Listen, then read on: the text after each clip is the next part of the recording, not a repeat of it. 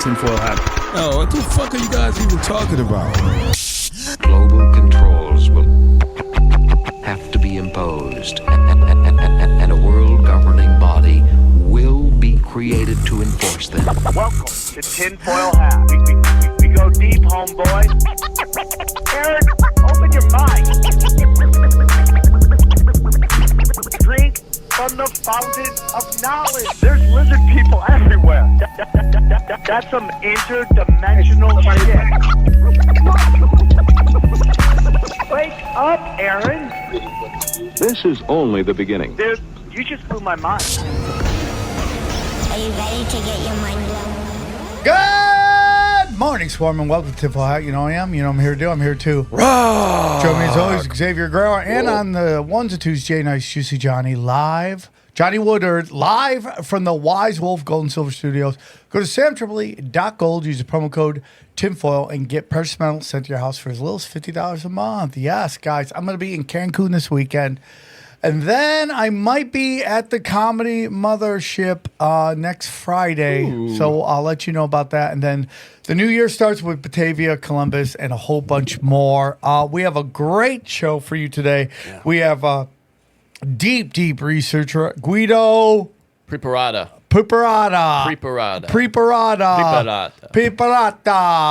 Enjoy this episode. All right, let's get into it. Very excited. This guy is a former professor at the University of Washington. He's an author. I'm very excited. Please welcome to say to the show, Guido Preparata. How are you, sir? Fine, thank you. And how are you?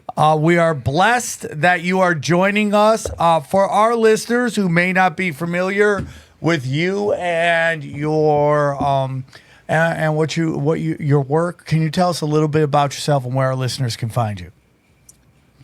Sure. The websites are not up yet. They have been, and they've been hacked, and it's been a while. Oh. But my books are on Amazon, and formerly my website was guidopreparata.com.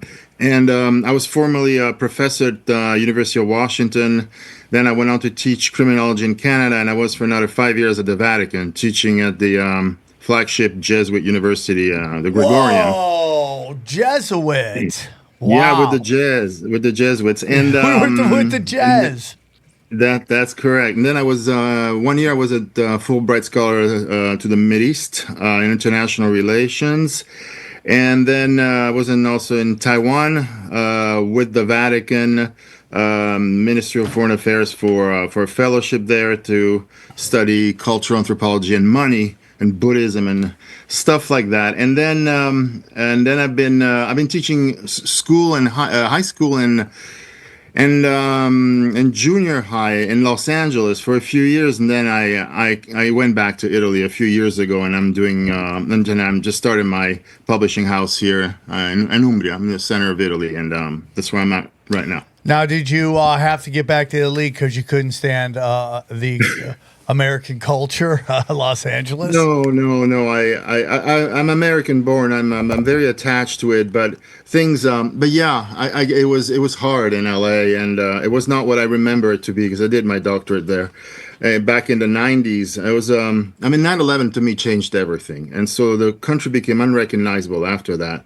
Try to come back and live there, but yeah, I couldn't do it, so I just decided to go back. I'm so thankful you're on the show. You're really like this book you have, Conjuring Hitler. It's just like I'm really like I'm just like just so much information's coming. What was the show that I just did? Oh yeah, Conspiracy Social Club, my other show, and I was just basically breaking down that when it comes to Hitler, there seems to be this like. There's three tiers, right? The tier that 99% of the population is in is Hitler is the worst human being to ever live of all time, committed the worst act of all time ever.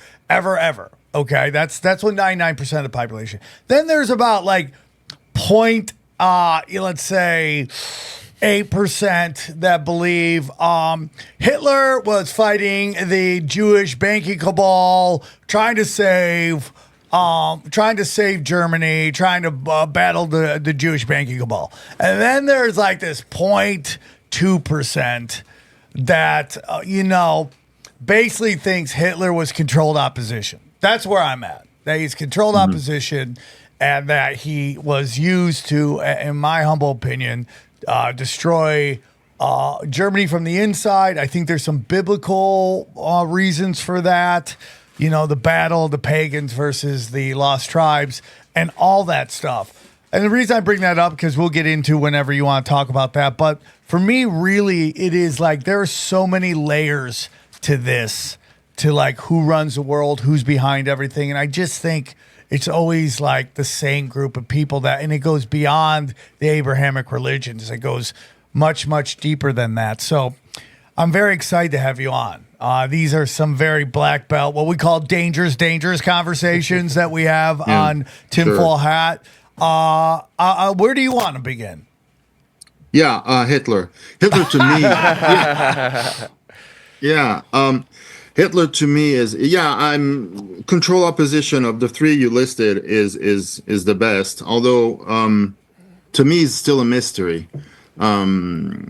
Very mysterious character. In any event, as I write in some of those chapters, there are some weird things happen. There is, to me, the greatest thinker of the modern era is this Norwegian American, it's Thorson Veblen, who's everybody, you talk to academics, they go, Veblen, yeah, what? I mean, nobody talks about it, nobody reads him anyway. He's considered a classic, but And Veblen had foreseen a lot of things, and the whole story of the book, and he had even foreseen the coming of a guy like Hitler. It wasn't so hard to see for somebody who understood and knew so much about history and social dynamics. Some kind of a powerful rabble rouser that, in certain conditions, could lead like a mad piper the whole country, and so that wasn't too hard to foretell, and he did. The story that I tell in my book, I don't get involved into any of this, the more esoteric aspects, the religions and all that. For me, it's not that I don't think it's important, that there is anything to it. There is, but I keep it to simple power dynamics. And the story I tell is pretty straightforward. It's not what they teach at school, and Hitler was, the story is not so much about Hitler being bad. It's about who defeated him being, God's archangel. And guess who that is? The Anglo-American powers and the elite, and it radiates its angelic aura on the rest of the subjects. But that's where the big problem lies. Whenever they want to do something, they're like, "What are you challenging? Don't you remember who defeated, the Antichrist? It was us." I'm thinking, no, not at all. That story is not like that in the least. What happened, to make a long story short, is that the rise of Germany was something that really nobody expected. It happened in 40 years, towards the end of the 19th century. And nobody saw this thing coming. It was this phenomenal composite thing made up of a very powerful army, coupled with the best arts and sciences the West had to offer. They were, Germany was top rate. Nobody could compete with her university and so on and so forth. And engineering, physics, you name it, they were number one in everything. And so, and they were aggressive. They wanted to expand. They didn't seem to have a very clear idea how to go about doing this, but they wanted to. And the British were far more seasoned at this game. Just look at the map, and the Brits are an island. They're maritime power. They think in terms of sea, of water. Continentals, Europeans do not. They think in terms of earth. The United States is the same, is another big island, and the strategists think in terms of water and air. And they looked at the Eurasia, and they thought, if these guys, who now seem to be ready, they became ready in 40 years. As I said, it was extraordinary, and it was it had been unpredicted, and now it happened. It was before their eyes, and they were even building a fleet. And so if they move east, that is, if they harness Russia to their arts and science and military locomotive, then we're finished. Our strategy of the anchorages and all that on which we built the British Empire will not work anymore. They're just too big. They can repel us at every point. So we have no choice but to act, because that's how the British think. They're just this tiny thing, and they manage with like 2 men and 2 barges to control the world. This is why everybody was in awe of them, That's Hitler so included. crazy, dude. That's so crazy. And they thought, if they move east, it's over. So the way the British think, and you can still see it today, although it's changed, but it's more Orwellian now. It's more fake. But the way they think about strategy is they plant wedges. So you see what the points where they have to create permanent destabilization, or else they're in trouble. And so you'll see what they call, and the wedges are planted in what they call the fault lines. The fault lines is the geopolitical critical points where there should not be any kind of geopolitical and political consolidation, or else they're screwed. You'll see that Palestine, Israel, it's the end point of the big fault line, which goes all the way up through Poland, and that's it. Yeah. So this is why they're perennially bleeding, because they should be, from the viewpoint of those who control the world. Britain, to me, still does. Yes, dude.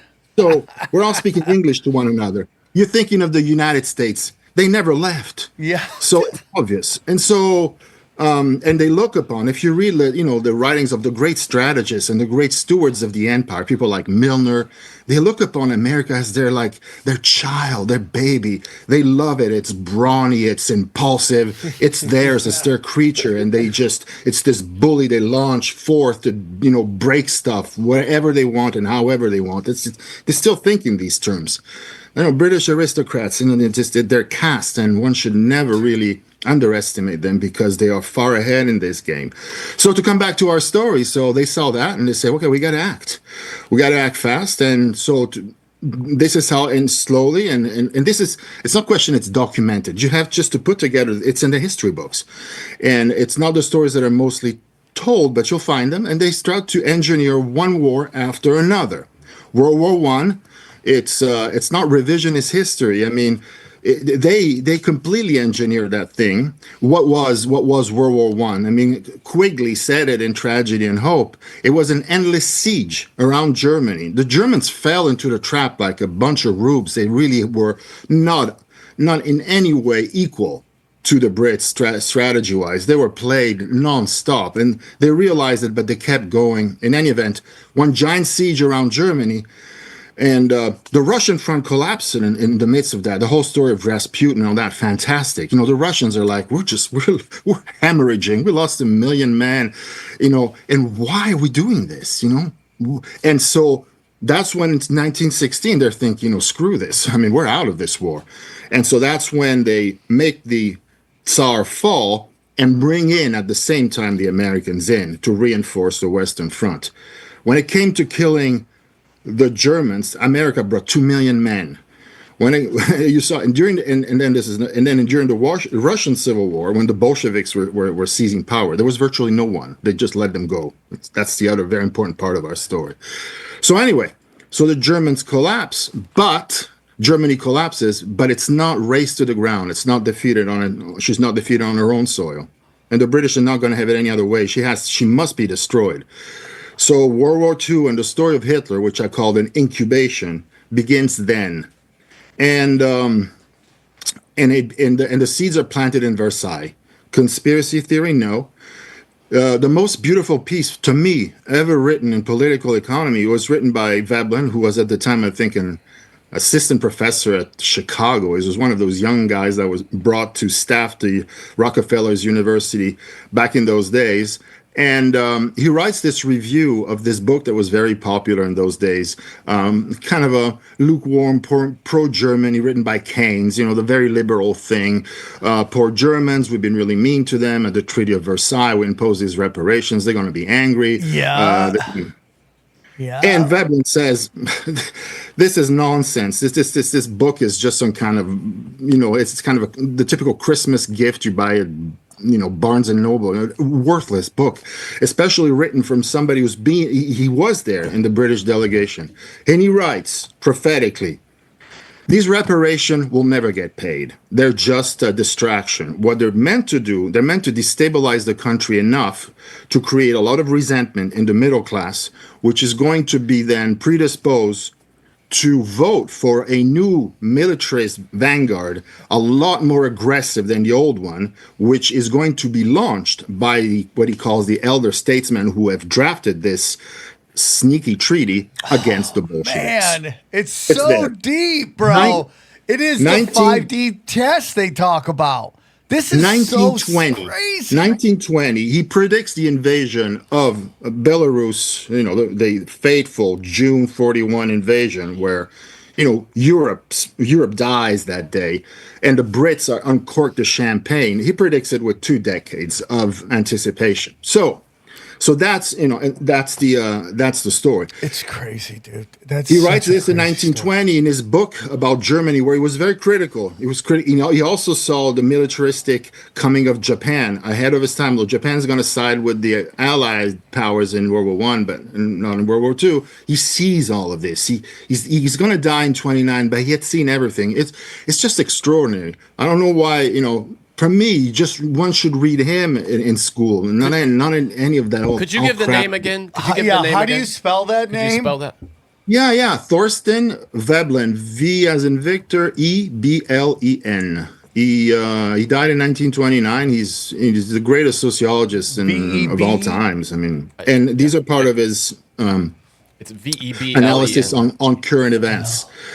And in his book, he writes books on Imperial Germany, and there's that famous passage where he describes one of these rabble rousers, and it's quoted in my book, and that's a portrait of Hitler.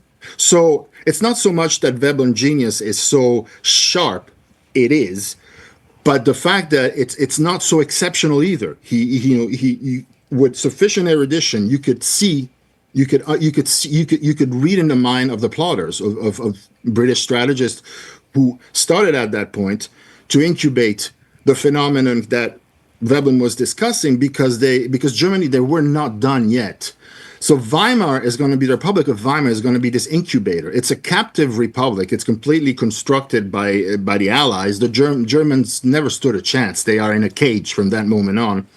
And I tell the story of what happens in the cage in the next 15 years and in detail, especially through some of the protagonists, one of whom is the greatest central banker of the century, or one of all times, of whom we know very little, but I could reconstruct enough to see exactly how he did and the kind of financial tactics he uses to shake this box to get the results he wants, and that was Montague Norman. And all that story is told there, and it's just exceptional what they did and how they all the kind of tricks they used to make the gold move from one center to another and create panics. It's not even an art. To me, it's really a science, and they don't tell you how it works, but you can kind of figure it out by looking at the record. And Conjuring Hitler is the 4th chapter, which just cost me like, I don't know, a gallon of lifeblood to write, but it details how these games and financial strategies were implemented just to squeeze out this militarist revanchist movement that Veblen talked about to launch against the Russians. It's so interesting. Let me ask you a couple questions here. Go ahead. So recently I saw on Twitter that somebody found a painting of Hitler, a self-portrait of him in Tavistock in 1910. And obviously we all know that Tavistock would later go on 30 years later to host a organization called the Tavistock Institute, which was basically British's version of the MK Ultra program, the way to manipulate culture and all that stuff. And so here we see him in this city based on his painting, which was right there, which is that you can find a picture of that painting, stone for stone. There are actual pictures of it, and him and Rudolf Hess are supposed to be there in 1910. And this country, this city is basically controlled by the Russell family, which is the Opium family, which gets into the British, India Opium Wars. So here he is very early. He's like kind of connected to British intelligence in a kind of weird way. Can you, for people who don't know, can you tell us why we know that that's Tavistock or why we think it's Tavistock? You can actually find a picture of that exact bridge. The bridge, right? In Tavistock, and I found it before. I don't know the exact wording of it to find it on Instagram, but you can find that bridge if you Google probably Hitler portrait bridge picture, and you could probably find it. Good luck on that, Xavier. But you could probably find that. So, here he is very early on in 1910, already having weird connections to British intelligence. And so, to me, it's like people can't even fathom this stuff, that this tiny little country that you admit is just like this little island could have so much power. I was on Joe Rogan talking about the British Empire and how it basically is like with the United States is like Master Blaster, right? From Mad Max and the Thunderdome. You have these this giant kind of idiot with this tiny guy on top of him. Yeah, that's the bridge. That's the bridge in which he took the picture on. That's in Tavistock. And it's a self-portrait. So he was hanging around those elites. Well, he's hanging around where early on. What I love is that he put himself in his little uniform there on the. It's just like, what a weird guy. Yeah, I mean, but this is from 1910. He made. That's what I'm saying. Yeah. I know, it's so strange. Hey guys, real quick, I want to tell you about our friends at Wise Wolf Gold and Silver. Fiat money is just out of control right now. They're printing it nonstop. It's not good.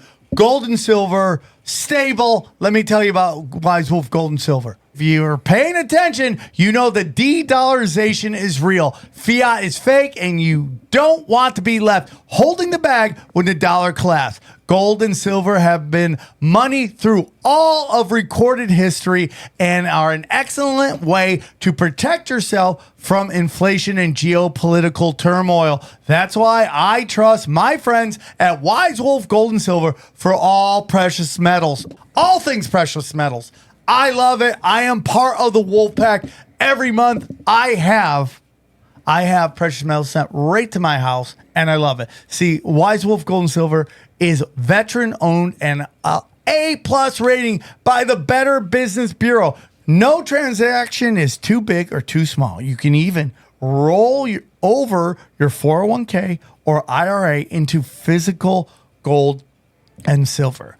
And if you think you can't afford precious metals, think again. With the Wolfpack monthly membership program, you can get gold and silver delivered directly to your door for as little as $50 a month. As little as $50 a month. You can have precious metals. You start loading it up, man. By the end of the year, you'll have a good chunk of precious metals.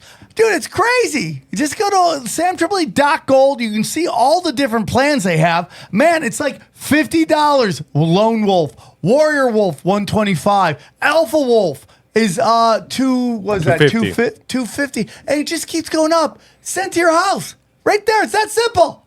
It's that simple. Easy peasy. Get in, get out, get your gold, get your silver. I love it. I'm doing it. Dude, I'm telling you, all of these affiliates I use, and I use Wise Wolf Gold and Silver. I use it all the time. It's real simple. So if you want to get in, this is how you do it. Wise Wolf Gold and Silver also deals in and accepts Bitcoin. So here's what I need you to do, okay? Go to samtripoli.gold, promo code tinfoil at checkout to receive free constitutional silver. That's right. And remember, in a world of bulls and bears, be the wolf. Before we go deeper, because I really don't want to get in your way because you're cooking with gas, I just want to ask you a question. So we always have these discussions on the show, and you will be the 840th episode of this show. And we've done deep dives from the start, day one, deep dives. And we always get into who runs the world. We've had people come on here and get into that, it's the Jesuits. We've had people get into that it's the Zionist. I personally think, the city of London, Vatican, Washington, D.C. are very powerful, like, I don't want to call them outposts, but just territories of this global elites. And then it goes even higher into Babylonian bankers, what they call the black nobility and stuff like that. What are your thoughts on the Jesuits and their also I forgot the Freemasons are in there. That seems to be the big four. What are your thoughts on that? You went to Jesuit schools. When people think that Jesuits are a big part of the power dynamic of the world, I would get blasted by everybody if I didn't ask you this. What is your thoughts on all those players and all that stuff? And then I'm gonna get out of your way. No. Please, no, you're not getting in my way.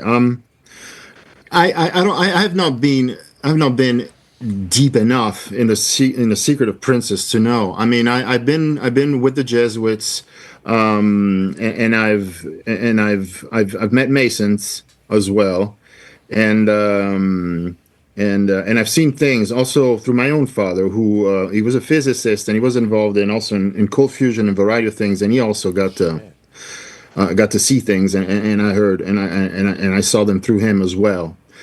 Enough to say that the Vatican is not important anymore, and neither are the Jesuits to me. The Vatican has been, and I wrote this in my book, a little short book called Empire and Church. It was after my experience there, and my own salary was paid by American donors. And so it's like it's like Chrysler who bought Fiat. They bought that too, and so it's an American box right now. Which was something they've been wanting for a long time, because once you control the Vatican, the Vatican has strong influence over about 1 billion subjects, which is really, which for the Anglo-Americans is really juicy, and they wanted that. They got it now. So the Vatican does whatever the U.S. tells them to do. That's so interesting. And Britain, I mean, you mentioned earlier that the British never left. No. I've been saying that forever. The story of us winning the war has kind of just been sold to us as a way to make us say, yay, we have independence. And I really do believe they control us, and they control Israel. And that, you bring up the Vatican controlling 1 billion people. I mean, the British, we've had guests come on, talk about the British role in establishing Saudi Arabia and how the first king is basically British spy. So it's like, yeah. Well, I mean, but Islam is a shadow of the British Empire. I mean, the Middle East, I don't understand. People get really excited or upset about Palestine and this and that and Iraq and this, and it's like, the Middle East is theirs. They've carved it, grain of sand by grain of sand. They do whatever they want to do. It's theirs. They want it from the Turks. It's their playground. So I don't know what the big deal is. Now they're taking away the French part, and they're still like, I don't know what the story is there. If they're pissed about the French still keeping Lebanon or Syria, maybe, I don't know, but it's theirs. And so is the Islam, the whole 9/11 story, which is a huge chapter on it in its own right. They carved that too. Pakistan, India, the Raj. So the Middle East is theirs. India is still theirs, and Pakistan. And so just do the math. Yeah, dude. And so who rules the world? They do. Not the bankers. The bankers are just auxiliaries, a very high level. They're in the general staff, and like Montague Norman, they're super important. And but they're generals. They're part of the staff. They obey orders, and that's that. They do their thing. They know how to manage the what I call the grid, the banking grid. They're magicians of the grid. And whenever they've asked to do something, they make it happen. But they don't have the flair. And just the savoir-faire of the real imperial strategists, who are the old families, the old oligarchical families, British for the most part, with their American pupils and their European satraps as well, all of them at their court. And it's an imperial guard. It's a dynastic vanguard. And they have their armies, and their armies of bankers and of scholars, of course. I mean, let's not forget the church to boot. So they pretty much, everything. All of us, we're just attempting to fight a war of resistance with bare fists and nothing. Which is, on the one hand, it's romantic, but when you think about it, it's a little disheartening. But hey, we keep going. Eh? It is so crazy, man. You're just so right on that. It's just so crazy about how powerful they are, how cold-blooded they are. And it's just everywhere. They have their hands in everywhere, controlling everything. And if you get too powerful, they just have zero problems with just completely destabilizing wherever they are. And it's so crazy to me. All right.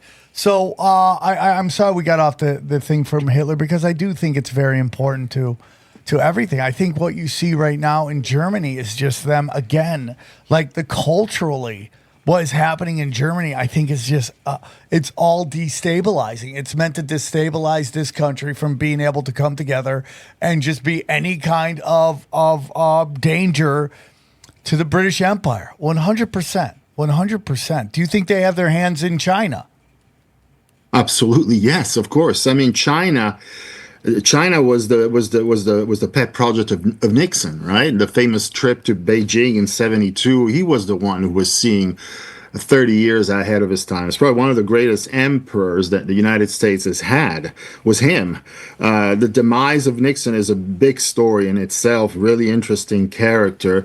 Of course, I mean, China was just nothing until it was inducted in the World Trade Organization in 2001 under American tutelage. And they just offered themselves as termite workers to produce stuff. So I don't know. And yeah, of course. I mean, and they're the ones who provide playgrounds for experimentations in insurgency and warfare, which was Vietnam. And they'll do it again. I mean, now they're like priming Taiwan. Lord knows when that's going to happen, but it seems like it's going to happen.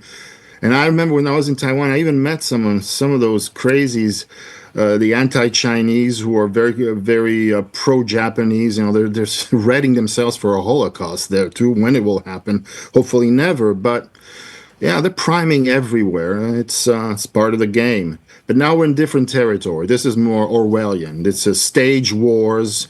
It's kind of real blood, but the more the setting is fake, and they have to do this because or else people relax and people earn more money, and so they gotta keep this perennial war going on. This is the message of 1984, which I never tire of saying. It's one of the most important books. It's right there. Orwell had ties to British intelligence. In the book, inside the book, 1984 is tedious, but the book inside the book, the one written by the chief of the secret police, O'Brien, is a blueprint of the world we're living in now. It's the same thing. It's extraordinary. And so, and at some point, this book was on Amazon, was selling more than Harry Potter. And so I'm thinking, good. So people do know. I mean, if it's read so much, and that's good. That's how it should be. And it's right there. Newspeak, blocks that purportedly hate each other and fight. It's just a setup. That was the Cold War. And then we had 9/11, but 9/11 was a rerun. Was a rerun with 9/11. The post 9/11 era was a rerun of the Cold War. They're running out of ideas. They have to think of new things. But this is what we're going through. And now China apparently is pretty much going to China with his this crazy puppet there. North Korea are taking the place of what used to be Russia, who's another paper tiger. I mean, Putin plays along. He plays the villain, as I always say, of the James Bond movie. Apparently, it's everybody wants to be in the film, and so there you go. It's cool to be actors, and there it is. It's so deep, dude, and it's connected. And, it's like even when you look at how Putin got into office, man, he had to ask permission from the Clintons.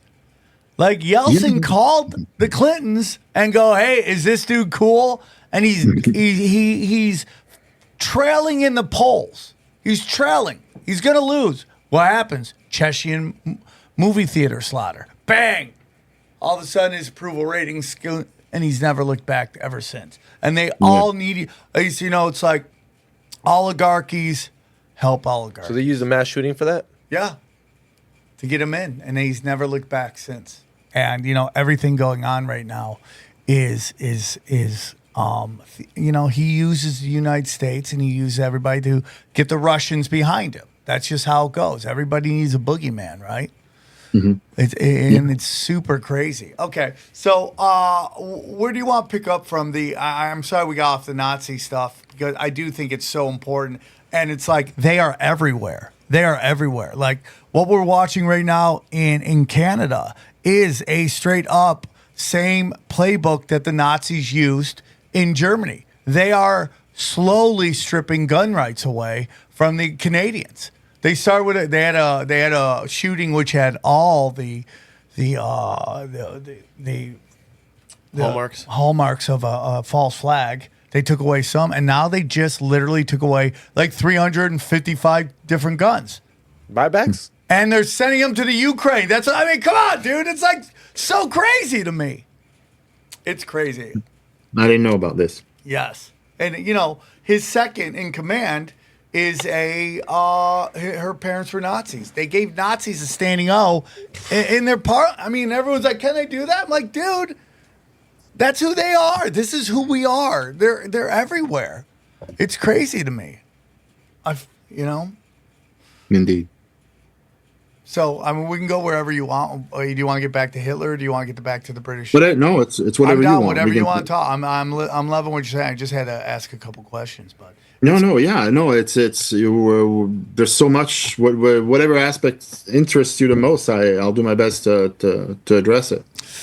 So we get into this war. We just keep having these wars going on right now. Have you heard of Wesley Clark's hammer and nail speech about after 9/11? It got even crazier. I went back in. He's like, dude, we're going after these 9 other countries, and he lists all them. And it's like bang, bang, bang, bang, bang. You coordinate those with you kind of check that list versus in 2001, what countries didn't have centralized banks? It lines up perfectly, right? And then, and they've gotten everybody except for Iran right now. Iran is the only one. And look at what they're setting up with this shit in New Jersey. It's so crazy to me. They claim that, if you haven't heard, they claim that, this is House Republicans claiming this, that the mothership, there's a mothership of Iranian drones that's like launching these Iranian drones into New Jersey airspace. And it's from Iran, is supposedly. When did me and Sam were just talking about this? Is them being connected to Iran happen tonight? Like yesterday? Happened yesterday. Yeah, like last night today. And, because you bring up this really great thing, and you said this about they're running the same playbooks. Mm-hmm. What are your thoughts on that? Because it just seems like they've ran out of new plays to call, and they do it over and over and over again. What are your thoughts on when you say that? What shit do works, you mean? man. Yeah. What have you been? What were you talking about? About, you mean this thing about Iran? No. What you say? You said this earlier about how they're just running the same old plays over and over again. What are your thoughts on that? Well, I mean, the Orwellian thing, the Orwellian constraint holds. You gotta have these blocks that are perennially at each other's throats, and it's funny to see how they constantly need to change them, and it's really hard because they've used already a lot of these. The Russian is old hat, it still works. But it's nothing new.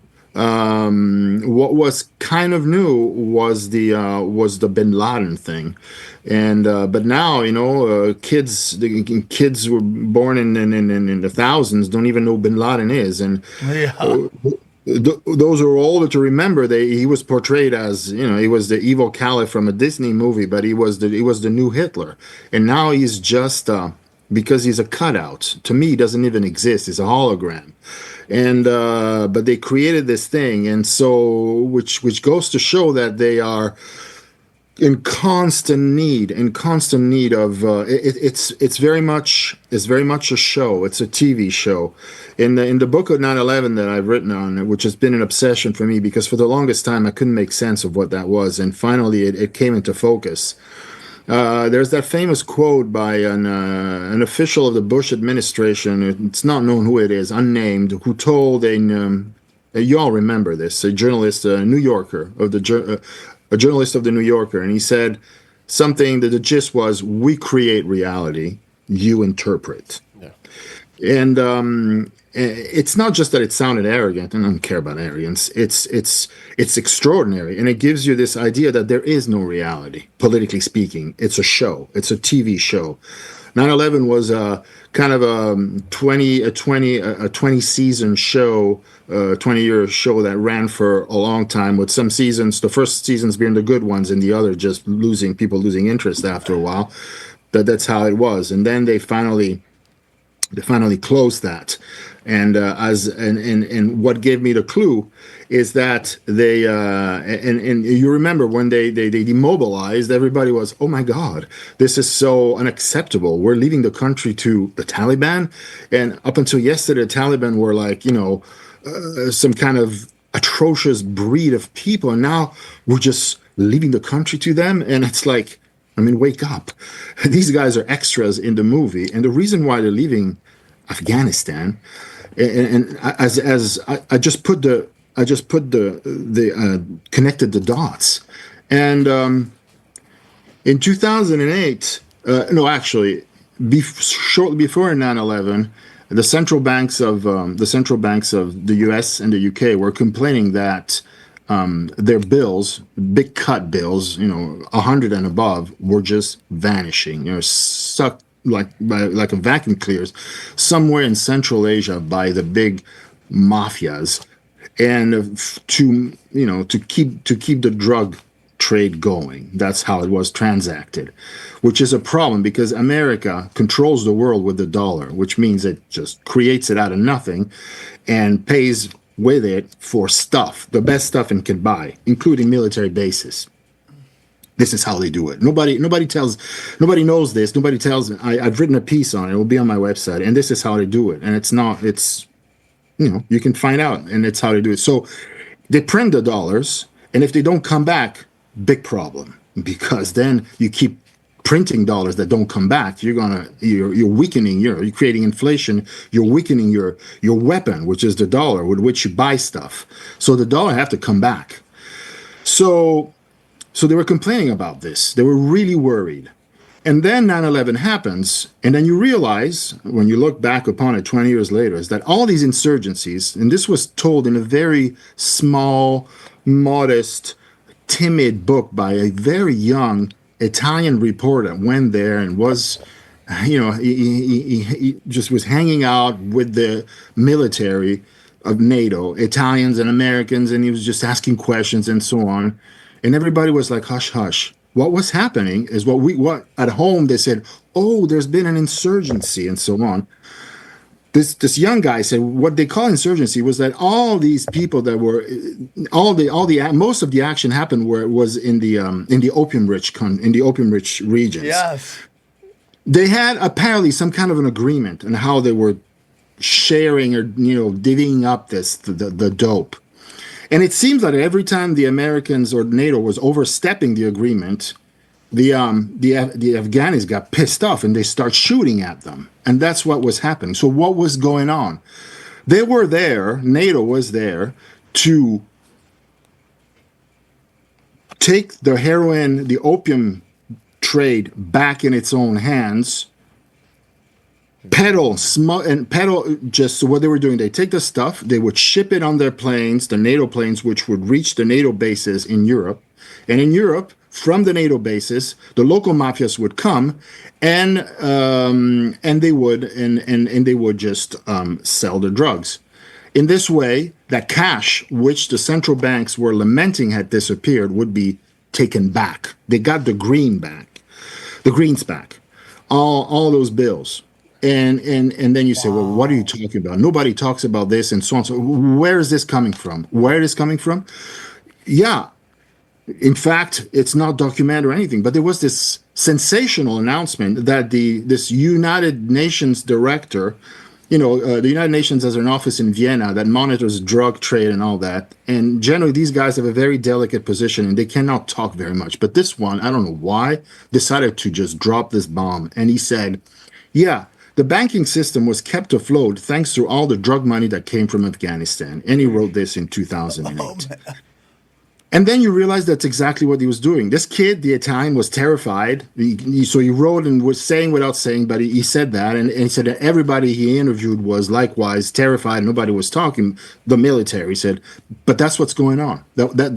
So they were taking this drug, smuggling it, get the cash, and bring it back to Wall Street, basically, in order to keep America's dollar printing machine going. Why did Biden demobilize in May 2021? Well, I just found, and by accident, I don't know how, I found, the Rand Institute, which is is a think tank, very linked to the military complex. And there's this article where the substance was, Kabul, goodbye, we got bad news for you. Whatever you have, that is, in terms of drug base, your opium, is worthless. Because right now we got fentanyl, which at the fraction of the cost of processing opium gives a high, which is just equally, if not more potent. So you can keep your feels and goodbye. And this was written roughly, possibly a month before or later than the May 21. And so there you go. It's like, now we can leave, mission accomplished. Oh my God, dude. I thought that too. Like fentanyl is now, they're like, we don't need heroin. We're just going to use fentanyl now. Yeah, I mean, it's we lost, we sacrificed a bunch of soldiers, devastated the area, but who gives a damn? It was a good show anyway. And more importantly, I remember the 90s. The 90s were not a patriotic time, and it was. I remember it was a fun time, and things were more relaxed. And I think that also 9/11 helped rally the people to the elite by way of a big liturgy around Ground Zero. They needed that, and ever since the patriotic regimentation of America has begun in these last 20 years, we've seen what a disaster they have been. Not that things were great. The 90s they had some really dark episodes that were very unclear. The whole, Waco and Ruby Ridge and the militias and Oklahoma and all that. So there were, possibly some trials and things were being attempted, and then they switched to the Islamic thing. But yeah, for me, that divide was just epical. The country really changed. A lot of people look at me and mystify, say, "What are you talking about?" But I don't know. I don't know what you think. But for me, it was. This is a coup. This is a fascist dictatorial coup. I mean, writ large. And I was expecting all the tough guys in the U.S. to say, "Come on!" I mean, now is the time to push back and say something. And everybody was just quiet and paralyzed, and that too shocked me. Yeah, it is. It is crazy to me. You study this. Xavier has a picture of the plane leaving, and it's, and here's the whole thing. Again, this show is dangerous, right? We start watching this, people are dancing as a plane's trying to leave. It's got 9/11 on it. People are jumping on it. The windows are painted, and we go, dude, this is all a show. Oh, loud that is. It's all a show. It's all a show. And it just totally makes sense. And everyone buys that. Why do you think they left all the military gear there so that later on they could come back and use them as a war again for when they need to just dump weapons out because they keep making weapons and they need to get them off the shelves for new weapons? Do you think that's why they gave the Taliban all that military gear? Who knows? I mean, the Taliban they've been great actors. They've done a wonderful job. And so, yeah, keep the weapons and who knows what's happening next. They managed to create so many factions, and there was ISIS and God knows what. So maybe, because they groomed all of those factions anyway, in classic British style. And so who knows what kind of personal and feuds were going to ensue. And so it's like, here, after all, they've been there 20 years and they got to know these people, and they did their duty. They occasionally fought because as what we said, the insurgencies and so on, but they've also managed a big bond of trust, because and the Pakistanis apparently mediated that. And so I suppose when you're an organizer over there and you oversee these operations for 20 years, and there's been a lot of bloodshed and it's tribal and lots of feuds and so on. And then, yeah, I mean, hey, you made a few friends, you're about to leave and say, yeah, there's a crate of AKs over there, and yeah, good luck and let me know how it goes, whatever. It is so crazy, dude. Hey, guys, real quick, I want to tell you about our good friends at Via Hemp, okay, and their top shelf premium THC and not THC gummies. Let me tell you about Via Hemp. Guys, you know how it can get crazy around the holiday season. If you need a break from the crowded stores and the endless gifts, restore your zen and embrace the natural power of hemp this holiday season with Via.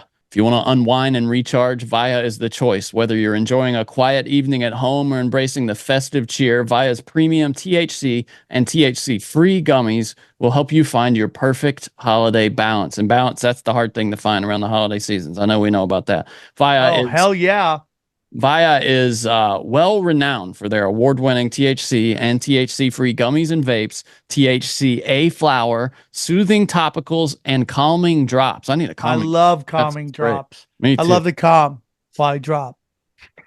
All crafted with the highest quality hemp sourced from trusted, independently owned American farms. And the best part about all of this is that Via legally ships to nearly all states in the United States in discreet packaging directly to your door with a worry-free guarantee. No medical card required. So if you're 21 plus, check out Via's website link in our descriptions and use the promo code VIA tinfoil hat to get 15% off. Okay, it's just that simple. The holiday season is here. Give yourself some peace of mind. If you're 21 and over, 21 plus, check out the link to Via in our descriptions and use the code VIA VIIA tinfoil hat to receive 15% off. After your purchase, they ask you where you heard from it. Say you heard about them from us. That's right. Please support our show and tell them we sent you. The holiday season, enhance your everyday with Via. It is so crazy how deep it goes and how there's always this invisible hand manipulating everybody. And they use this fractional reserve banking to basically bribe everybody. Like, they buy off everybody with fake funny money, okay, while they take back literal physical assets.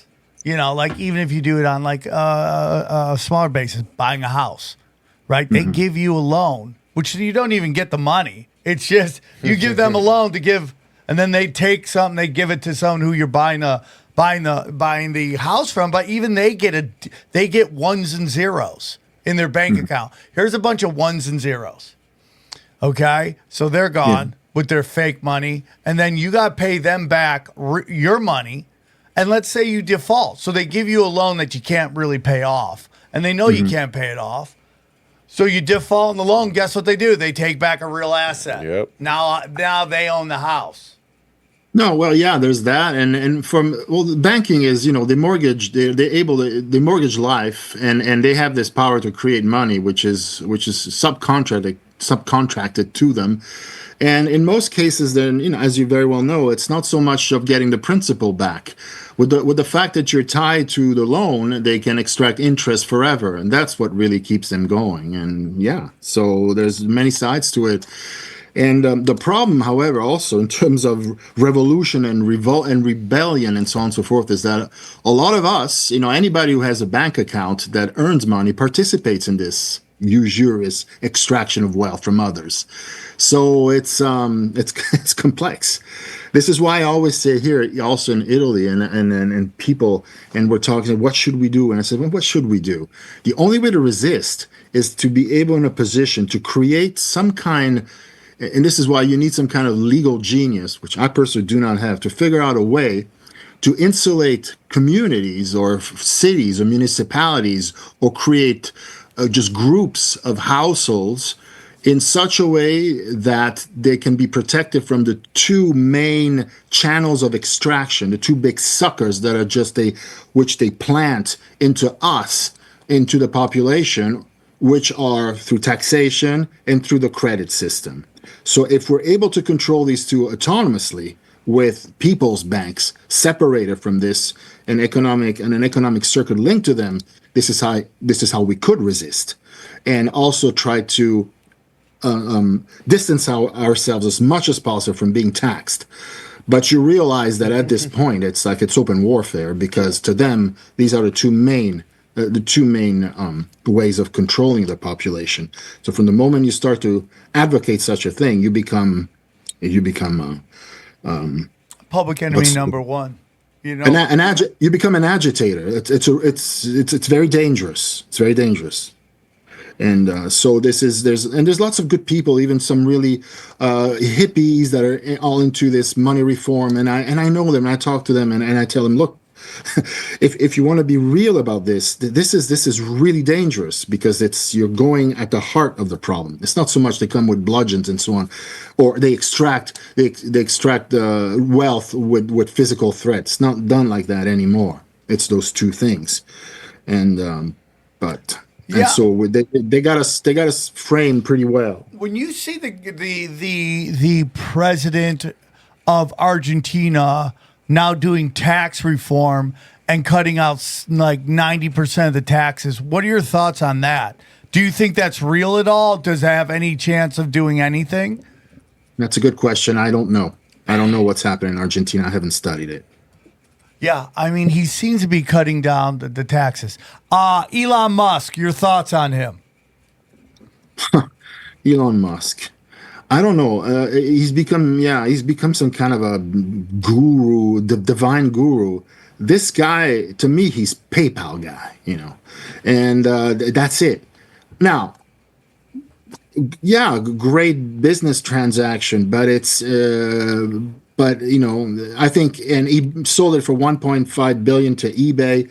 I think eBay is a far more genial commercial solution than PayPal.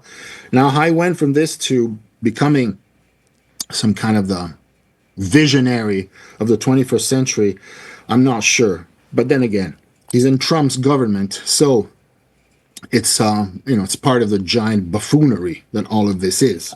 I don't take it seriously at all. I mean, he seems to be of a LARP, and we say that with all these. We got into the Bank of England. Obviously, the Rothschilds are a big part of that.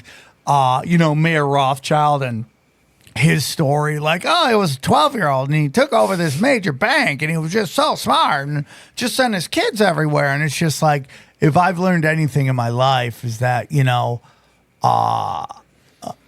if you know their name, they don't run anything. And, it just seems like all these billionaires that I know, they all seem to have connections to other, all these billionaires seem to be the children of other billionaires, and they seem to be positioned into that. Same thing with Jeff Bezos, this notion that Jeff Bezos was the hardest working guy ever, when his grandpa started, DARPA. So what are your thoughts on the bank, all these billionaires? Are they just playing a game? Is any of it real? Well, a friend of mine sent me. I didn't know this, that Elon Musk's dad was a Canadian guy who was actually involved in monetary reform of the anarchistic sort. And just scratching the surface. I didn't know anything about it, and it's something worth pursuing. About the new rich, it's a very good question. I was surprised 10 years ago, you probably remember, they had this commercial operation. They launched this book by this unknown young French economist about taxing the rich. Forget what it was called, something about capital, and the French guy's name was Piketty, or I forget, something like that. And the book was a bestseller. It was an 800-page economics book, and and they made it into a bestseller. They can make bestsellers into anything, because generally, who reads an 800-page economics books? I mean, you'd rather shoot yourself in the head, right? And I know it. I mean, I studied economics, so I know how absolutely tedious it is. And so the Economist had a big page about this, and I'm thinking, why are they now targeting the rich? Because generally they say, oh, the rich are, they're the dynamos of the system. A magazine like The Economist would say that it's thanks to the rich that we all get better and so on. Now instead, they push this thing, and even the prescription was kind of just prosaic. It's just like tax them, and it was weird. It seems like the system. It was as if the system was saying that there's all these nouveau riche people coming up, and they are some kind of a nuisance. They're clogging the pipes somehow. They're just there. They don't belong. They made a quick buck. It seemed that way, but I have no way to prove it, and I didn't find anything systematic about it. But going back to your question, yeah, I mean, a lot of them you realize is if you scratch a little bit, their dads and their dads before that, and goes back to what I was saying at the beginning. I see things. Most enlightening things to understand modern society is to look at insect societies, and I'm serious. And I've learned a lot from entomology. I was reading in the last years. I've been reading a lot about bugs and termites and so on. And there is what happens amongst the slave making ants is extraordinary, and it seems like it's a template for what they're trying to do now. Which is very much insectify us, and I think that all this talk of gender erasure, I think, is connected to this, and also the introduction of digital cash, which is like introducing money with a barcode, and using another anarchistic idea, which is that of a social dividend. Like free money every month for everybody, but for them, they're going to give us. They've experimented that also with COVID. They're going to give us a check of, I don't know, $1,500, $2,000, and that's it for the rest of life, and see to it that the population is reduced by other means, and grant themselves a social dividend, or however gazillions they want to pay themselves, because I think that they're trying to come to a point where this system that we have now is very inefficient. They don't like handling the public debt, and the issue of unemployment is also, and welfare is particularly annoying to them. And this is why, if you read social biology and all these kinds of things, you start to understand that this gender erasure isn't about any kind of kitsch thing about transgender and whatnot. It's really about the middle class not knowing what to do with it. It's redundant, and it's annoying because it protests too much, and to sterilize it, so to make it work, and because that's what workers and soldiers in the ant heaps and the termitaries do. They are asexuated beings that work nonstop, which is what they want to do. Curtail it dramatically, I think. All the more so as now, genius and talent is not hereditary, so they can recruit a special type of person they need. This is why they have standardized tests, and I saw this when I taught high school. That's what they want. They want stress-resistant, number-crunching people to work in these tech positions, and very fast at doing this, and also people who do not spend much time into understanding where stuff comes from. That guy, the famous CIA psychiatrist Gittinger, called these types regulated. And so that's what they want. The Trump phenomenon comes from this, about the disenfranchised white class. It's mostly, there was this bond that, the white middle class would be assured of, a good living in America. Now the empire has changed. They can recruit the talent they need, that particular talent they need, a regulated type, wherever they want. So this is a two-tier system of racial bonding. It's, to answer your question, strictly dynastic at the top. Up there, they don't have issues of LGBTQ and whatnot. Those dynasties reproduce themselves in classic fashion, always the same. It's below The social engineer has to deal with below, and that's what they are, reshuffling everything. And that's where there are all these changes, which are portrayed in a certain, fantastical, funny way. It's really about social reengineering this massive excess flesh that they really do not know what to do with. So, your thoughts on Trump? And nothing organic about it. Like his resonating with people that like we've discussed this on different. I call it the Elvis factor. Some people call it the Hitler factor. Is there a part of right? No, I call it the Hitler factor. Yeah. You did. I thought you said that was a term. No, I think I made that up. Okay. But basically how just their energy is, people are drawn to them. Is there any part of Trump that is a naturally happening? Or is it, can they just control every aspect of that? Well, I mean, let's look at it. I mean, he's so implausible as a savior of the forgotten classes of America. I mean, this guy he's a tycoon. He's a New York tycoon, some kind of a jester belonging to the establishment, as if America couldn't have expressed a real. There was a type of the hardworking, somebody who came from that old working class, but educated, anarchistic working class tradition of America, which the IWWs, all those people that were literally destroyed in the 1920s. That's when the candidacy of Eugene Debs in the Socialist Party, and they had people on the streets. There was a movement of dissent, and there still is. It survives in America, and as if they couldn't have drawn somebody from there to lead the disenfranchised ones and the ones who no longer have a voice, and so on. So they could, but that's not. And Trump has nothing to do with that.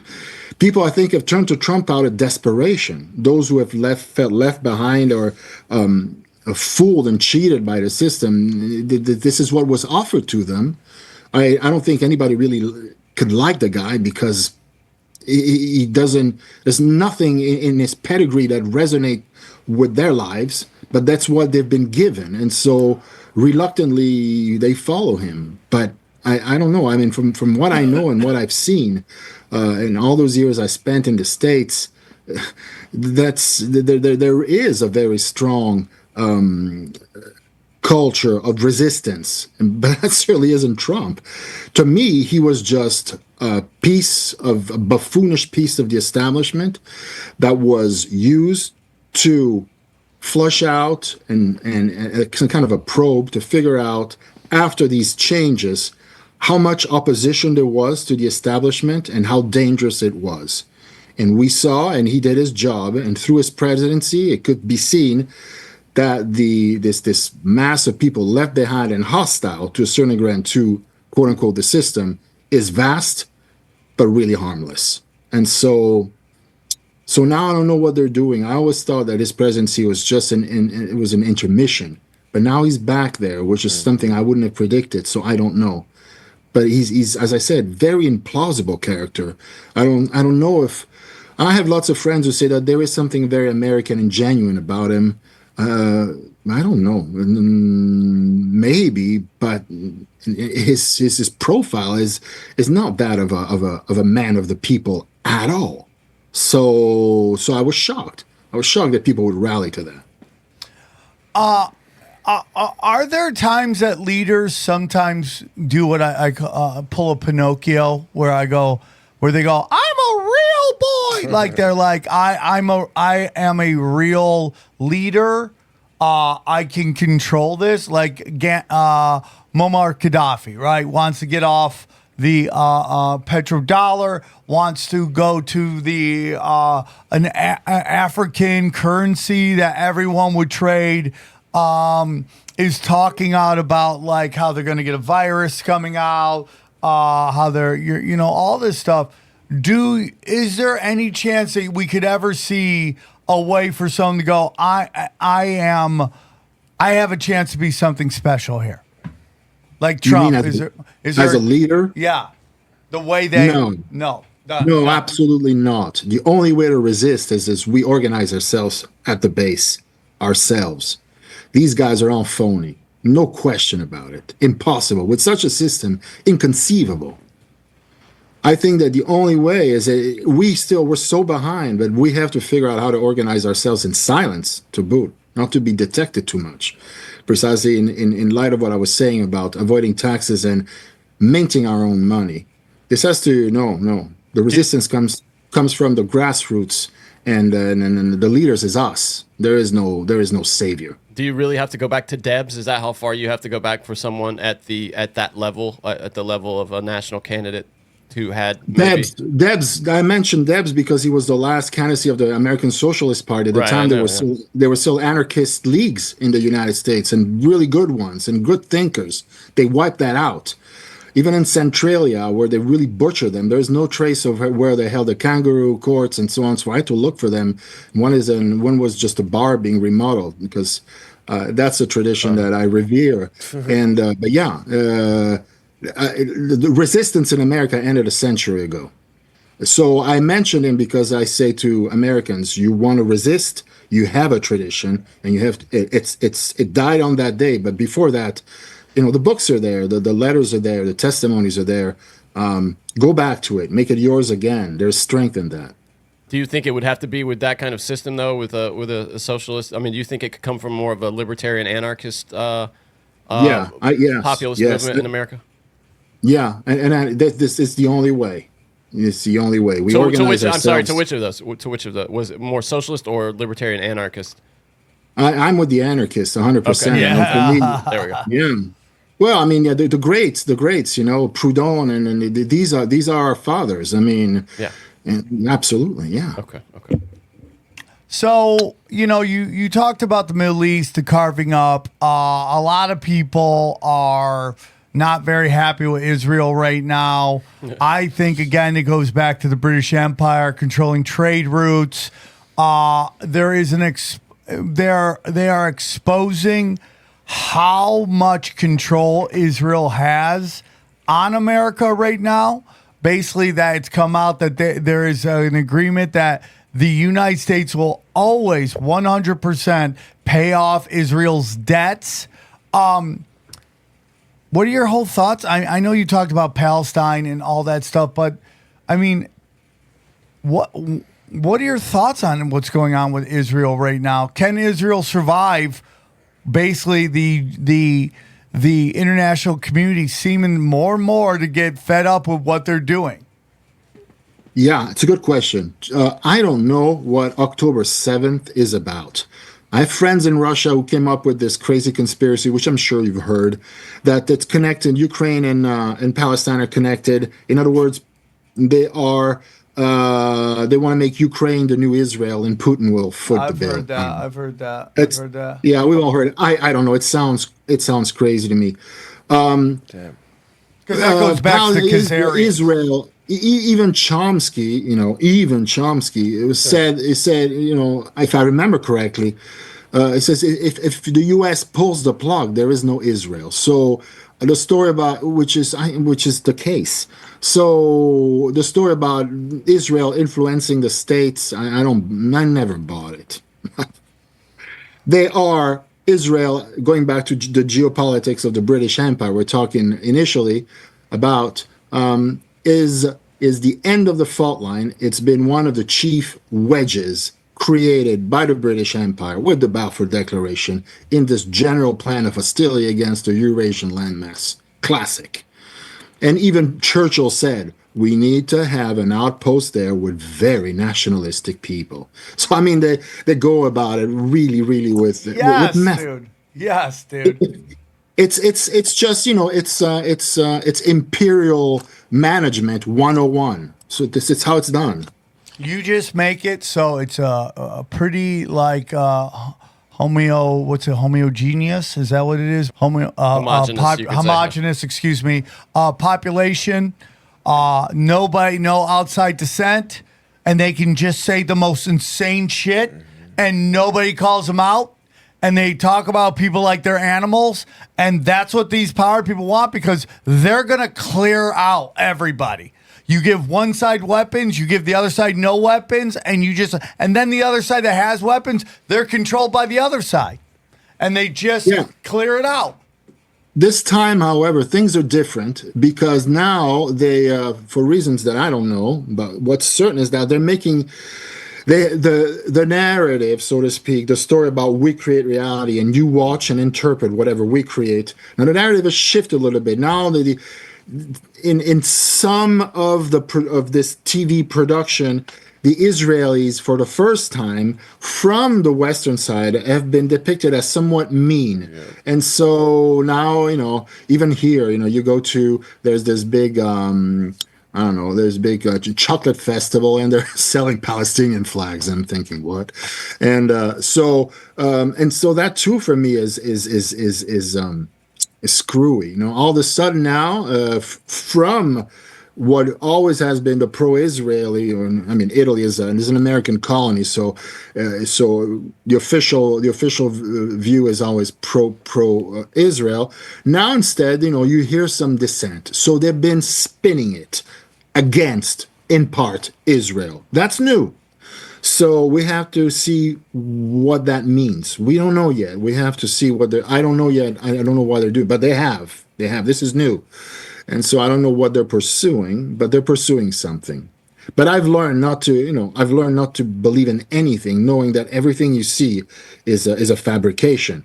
So you have to go behind and see what are they trying next. And then nobody gives a damn about Palestine, not even the Arabs, right? Because if they did care about the Arabs, they would have given them, instead of building those ridiculous artificial islands in Dubai, what the hell? Yeah. Why just give them spend a fraction to give these guys homes? Hell no. So nobody gives a damn about that.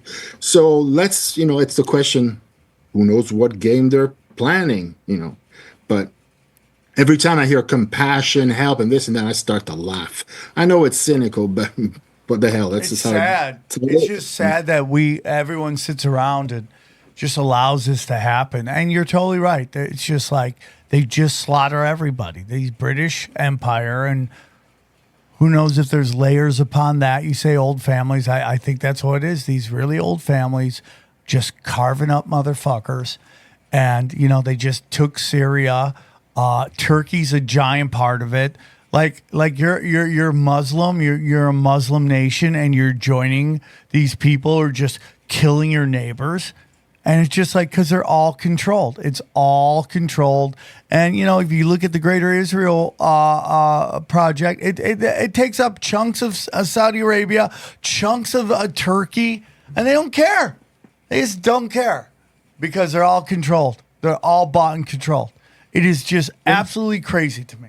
Bought and control. And then let's not forget that despite all the talk of love and this and that, the only idiom that the world speaks is that of violence, right?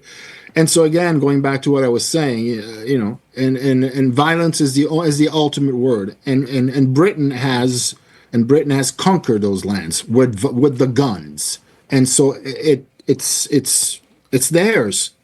And so everybody, you gotta deal with the boss, the person in charge, and Britain's in charge over the entire area, pretty much.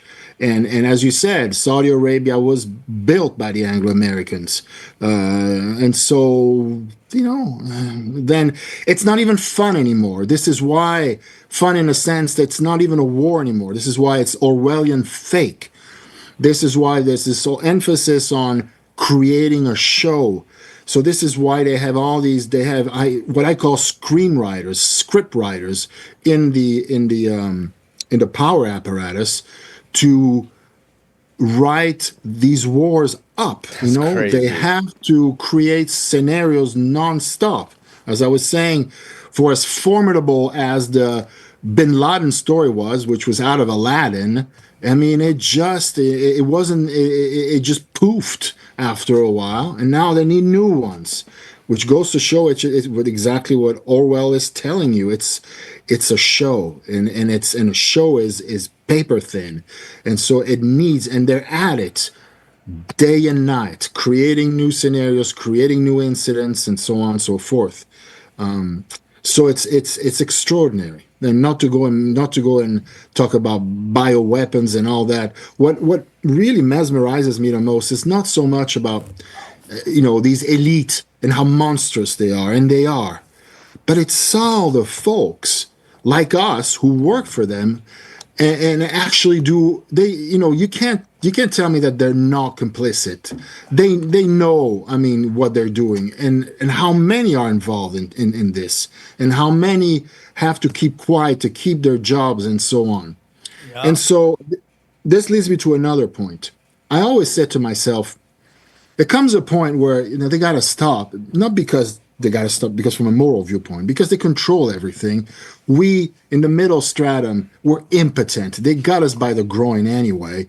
They control us with the job, with the income. You don't make any money, you're dead. And everybody's so stressed out about money anyway. So they got us. They really have us by the throat, by the groin, and we go nowhere. So I thought to myself years ago, that's it. You don't need any more crisis scenarios, new Afghanistans, or God knows what other crazy wars you want to engineer, or a new Vietnam War.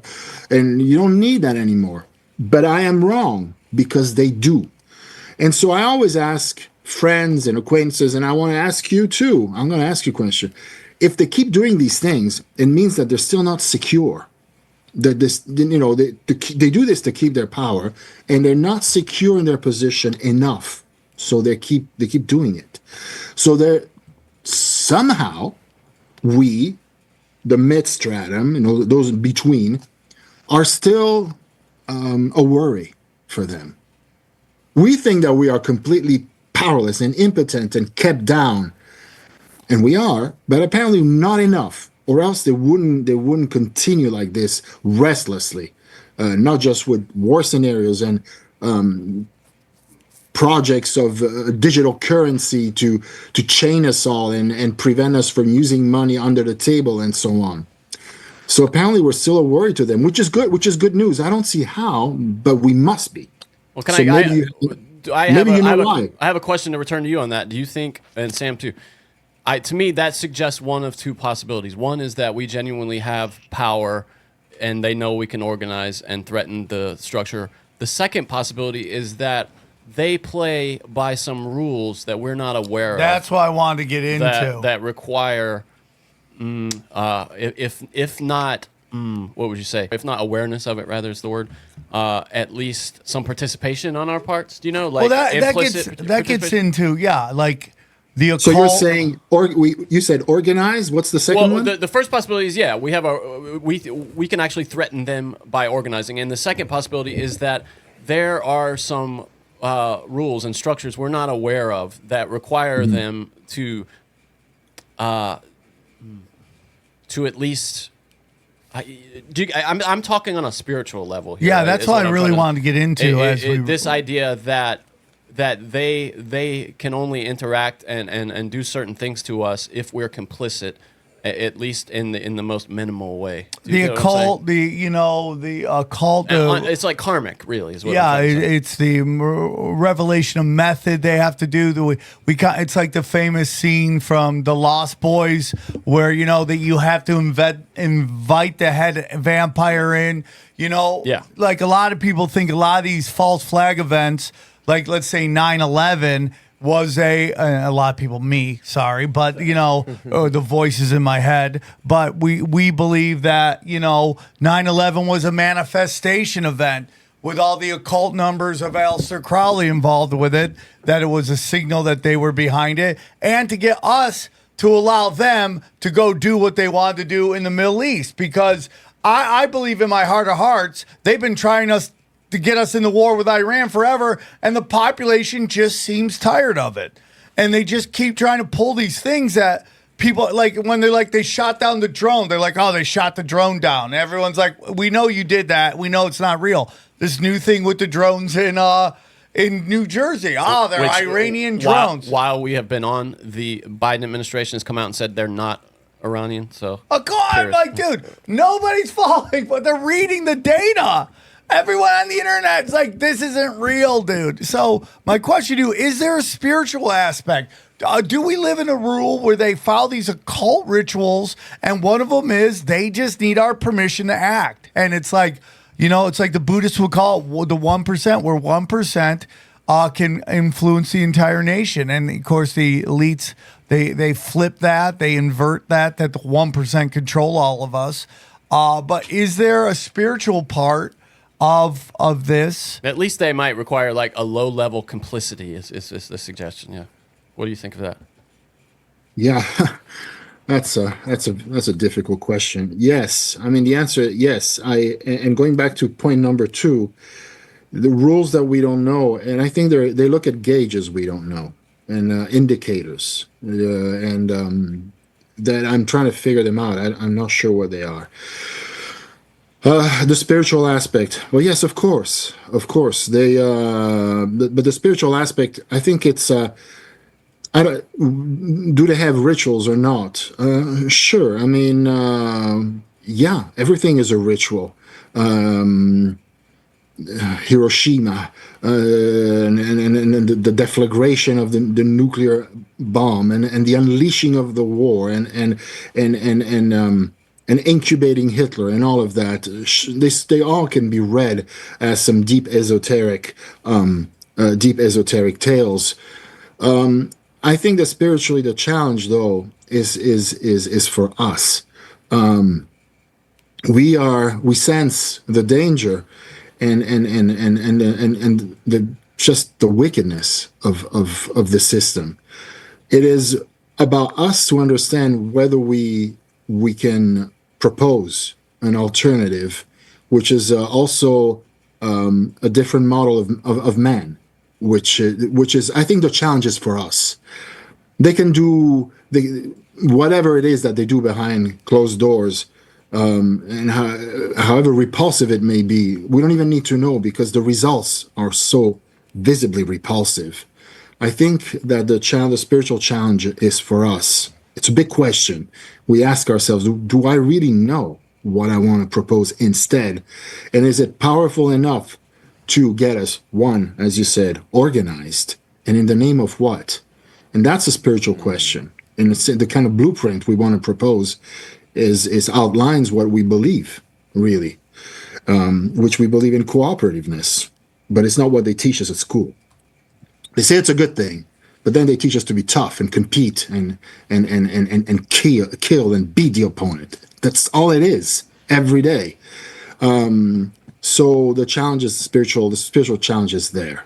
Are we ready to say that that's not the model of man that we go by in any way, and this is what we propose in a structured way?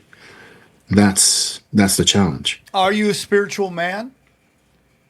Spiritual man. What do you mean, a spiritual man? Do you have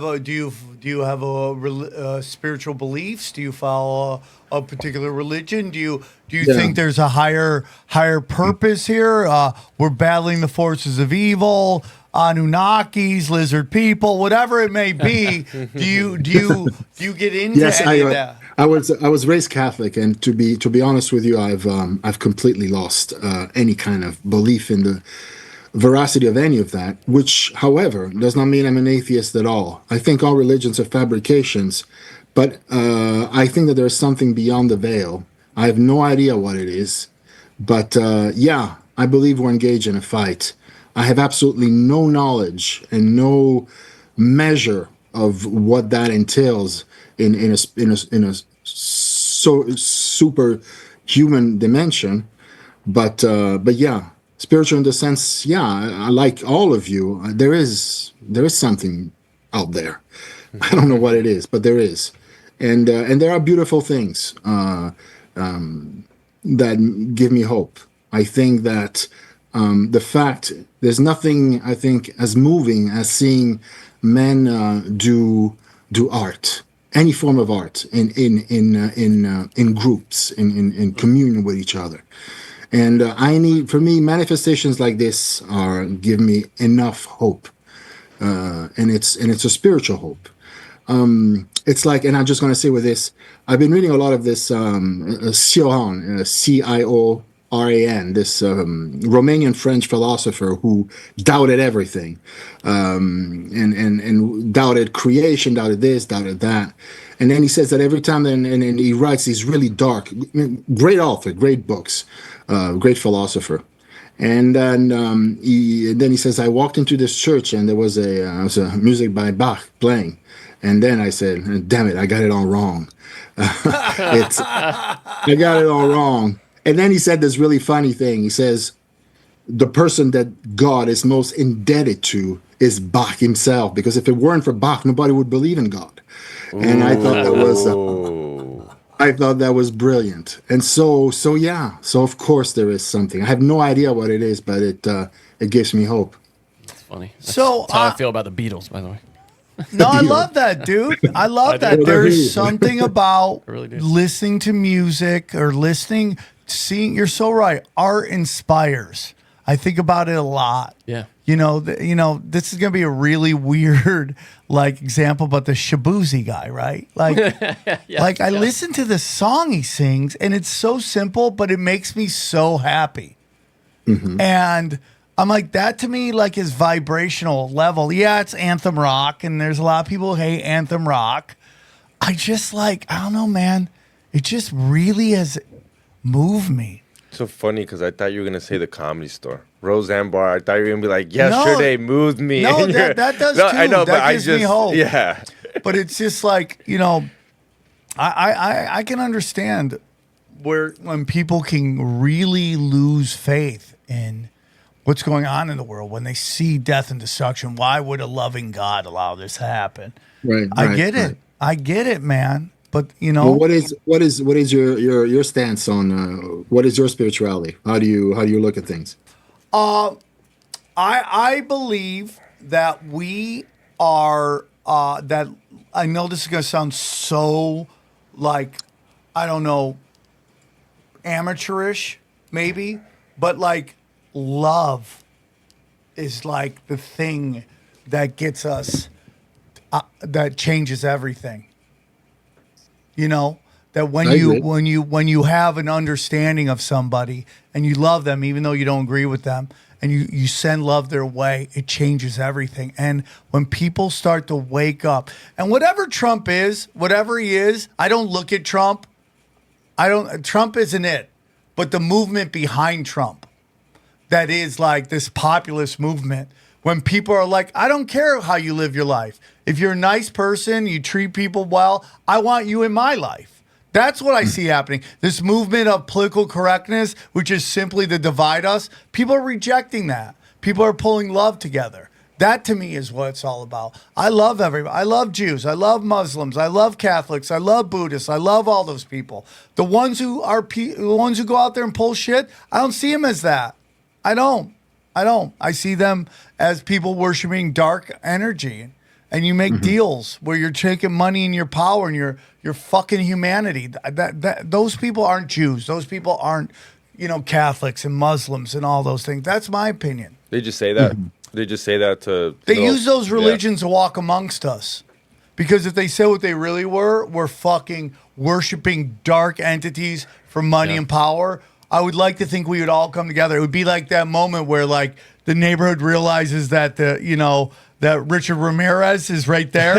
And they all start to realize that this is the killer, and they all fucking go after him. Yeah. That's why I would believe humanity. And I think humanity's coming to it. When they interview a big population of Jewish people in Canada, and they ask them, are you Zionist? Over 50% say I'm not Zionist. That to me is growth. And it's slow because you're really fighting the indoctrination that you've been just drilled into you, especially with Jews. Oh man, this Hitler guy, he's got, we start to talk about, it's hey man, there was forces above that made that happen. And people start to wake up to it because really they want to love, they want to connect with God, and they want to love their family. And I think, I'm just going to tell everybody this, you've heard it before. If I become black-pilled, this show's done. Yeah, we can't have We're that. never going to do I'll never do another episode. And you got kids. I don't understand. If I don't think there's a light at the end of this tunnel, which is everybody waking up, that we live in a realm of abundance, that there's enough for everybody, and it's just these fuckers and their scarcity that they push on us is why it's not why people live in poverty. I mean, I actually don't hate poverty. I think people use poverty to get out of there, to get out of these haunted houses sections of this realm that we live in, that are haunted and have always been haunted and will always be haunted. And because the job isn't to save that area, the job is to get out of there. And maybe this is part of the whole thing. Like when my family got slaughtered in the Armenian genocide, my grandpa didn't stay there and was like, let's fix this. He's like, I'm getting the fuck out of here, dog. And he moved somewhere where his whole family has thrived. So that's where I am, sir. Because if it comes to the point where I think there is no hope, you won't hear from me again. I'm out. So. No, and but as you said, I mean, the question of why the benevolent God would allow so much pain is that very much at the center of everything I've been writing and thinking about, and nobody can answer that question. Nobody has given a satisfactory answer, and I think that's the most important problem, in a speculative way. The best I've heard, and it doesn't satisfy me in any deep way, but from a rational perspective, it at least offers some answer, is that there's this idea of the creator imagining all possible realities with the variables that he was willing to accept for humanity, and that this is the best among them. The best of all possibilities is the one we're living right now. Now that strains credulity, I will say. I mean, that requires a real leap of faith, but and I know that's an old idea, but that's the one of the few that I've heard that has any kind of so it's ring of truth to it. So it's kind of because there has to be chaos, so this is the best chaos. Well, it's something like while allowing free will, which is one of the qualities that it seems the creator and there's also wishes for humanity to have. Yeah, that if there is this thing bigger than us that created us, we're trying to understand how this thing thinks, right? Oh, yeah. Well, I mean, it's outside of time. Right. And if there is somebody put in charge of this realm to test us, to trap them here and test us, and that we're supposed to rise above this, and we're supposed to reject this thinking, this dark energy thinking, then it starts to make sense to me. It makes me sad that we have to go through it to get to it.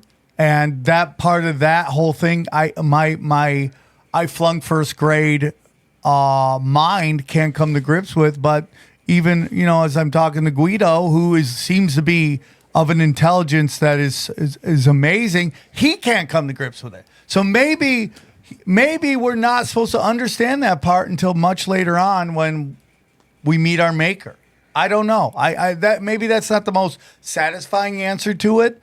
But that's what I come to grips with. It's like Doctor Strange at the end of that storytelling of the Marvel universe, where he holds the finger up and goes, "One." We got one chain of events can lead to the best outcome, and I think it just might happen to be the one we're living right now, unfortunately. In my life, I'm doing jujitsu right now, right? Mm-hmm. And the only way I get to a black belt is by getting my ass beat.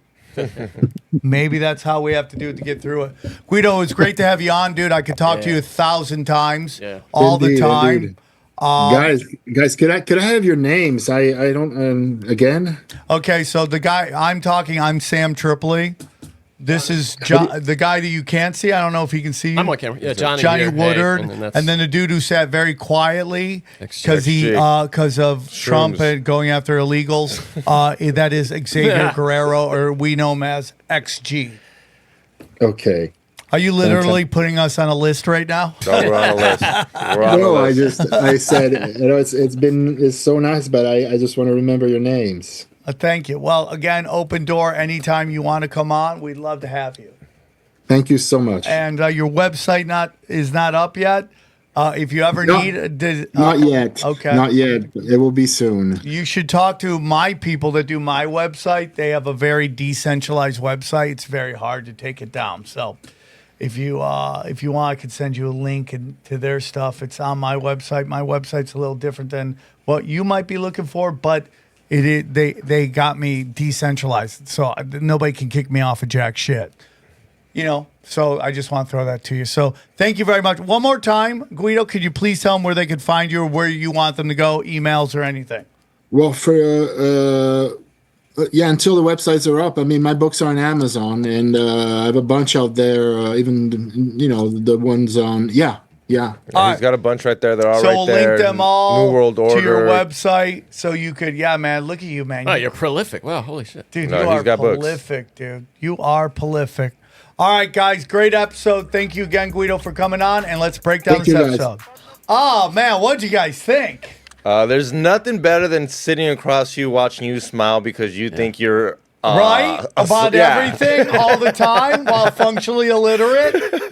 Imagine not having to read all those books and getting to that conclusion. What if you read that much? Psychic. So that's what you think, huh? But it's like almost an evidence of your preternatural ability to divine truth and reality. Yes. Look. Okay. I am psychic. The more I don't want to agree with that. People read books to find this shit out, and you just know it. Thank you. That's what I'm saying. Okay. Where are your feet right now? Actually, are your feet? Are you giving a little foot job under the table? Is that what this is? No, dude. That's the truth. Listen. Great research. Great discussion. Great. I'll tell you what he brought. Wonderful details. Yes. The things I have believed for a long time. Like the Trump administration is completely invalid, and the things that you've been saying the whole time, that Trump could not possibly be a force for good in the world. No, but what I'm saying is that I have said that but he was pretty forceful that it could not. Okay, possibly. but he's a little bit more passionate on certain points. Yeah, I'm trying to catch you out. Is all. Right. But I've said that he's just another crime family.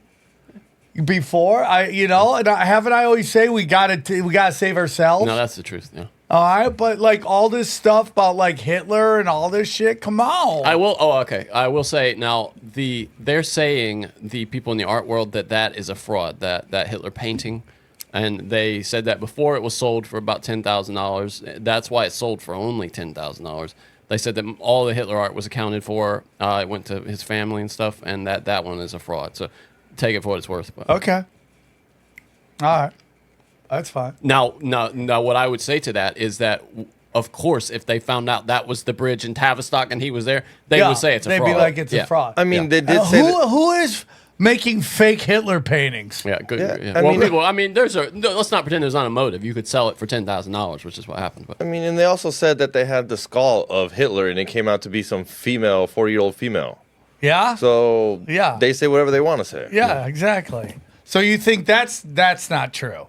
So you think that Hitler did die in a bunker? No, I'm almost sure he went to Argentina. Yeah, there we go. Like this whole thing of like he was like how like a captain stays in his boat and I gotta stay here. I don't sound like Hitler. That's not what I don't. All you gotta do is if you can tell me who his biological grandfather is. I will start to believe he was in control of that position. And you can't. That's all I got to say. And you can't. I mean, I'm sorry, Hitler dick riders. He's not your white knight. Sorry about that.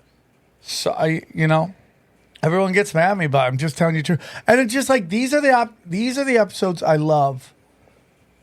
Because, I mean, like, he just said it so much more articulately than I can. Which is like they set this whole thing up. They created the environment to have this guy come up and he'd be even crazier, right, than the last guy. And, they knew Germany was a problem. Do you think he was you buy the idea that he was truly a nut job? Who? Hitler. Yeah, I think Hitler was crazy. Yeah, okay. Me too. I think Hitler was crazy. And I think he was allowed to ascend. There's all these famous Holocaust deniers, which I am not one. I forget what the guy's name is, but he's like the most famous one. And he was talking about how he got a hold of Churchill's who's he here? Hitler? No, the Holocaust denier he's talking about. Who's like the prominent Holocaust denier? David something. I'll find out. Let me see. David Irving? Yes. Yeah. Yes, David Irving.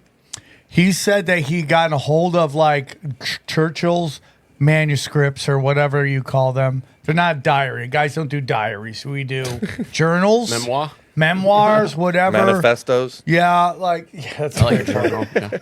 So got a hold of it, and Churchill said that he had been in contact with the Chancellor of Germany before Hitler came in. The guy that was basically Hitler before Hitler, or the position of Hitler. And he had said that his heart had been broken because he found out that the Bank of Germany funded Hitler the whole way. Is that von Hindenburg? Is that who you're talking about? What? He was the chancellor before Hitler was von Hindenburg. You'd have to look up the David Irving. He names him, but yeah, basically. So that's really where it's at. Fascinating. You know, and yeah, that's my story. So, Also, the people that get thrown in as Holocaust deniers who are just saying, like, hey, maybe a few fewer people died, then that's not Holocaust denial. That's just wanting to be accurate. If that's true, Johnny, if saying maybe a couple less people died or a lot less people died is Holocaust denial, then there's a lot of them. Then what was the most famous concentration camp? Auschwitz. Auschwitz is a Holocaust denier because they changed their number from 4 to 1 million. Yeah. Now, my point is to the people who think that is tantamount to denying the Holocaust from the other side. People who call people Holocaust deniers for that. It's still a lot of millions of people. A million people. Let's say it was just a million people. That's a lot of people. That's still a significant event. So let's not dismiss the Holocaust because only a million people. Well, that's like being a COVID denier if you're saying that not every person died from COVID. That some people died from like cancer or whatever fucking bullshit they just denied as COVID after they found them dead with COVID. So. Yeah, I mean, it's just crazy to me. But it's like people are so passionate about defending their beliefs. Emotional. It's so crazy to me. They internalize it. Yeah. Yeah, it's nuts to me. And you can't have a conversation with any of these people that work in scholarly research around the Holocaust. They're just like any other academic who has been indoctrinated. You can't talk about it. And they probably make money off a certain narrative. Yeah. You know, and that's just my opinion. So it was a great episode. I do feel like I asked a question which kind of changed the episode. And I feel bad about that, even though I don't feel that bad about that. No, it was a great episode. Yeah, because it was a great episode. But it's like I got to be able to ask questions. They're bigger dives, and like you can't say you work with the Jesuits, and I'm not going to ask you about the Jesuits. No, totally. We would have gotten murked. Yeah. If I didn't ask about the Jesuits. That is so interesting.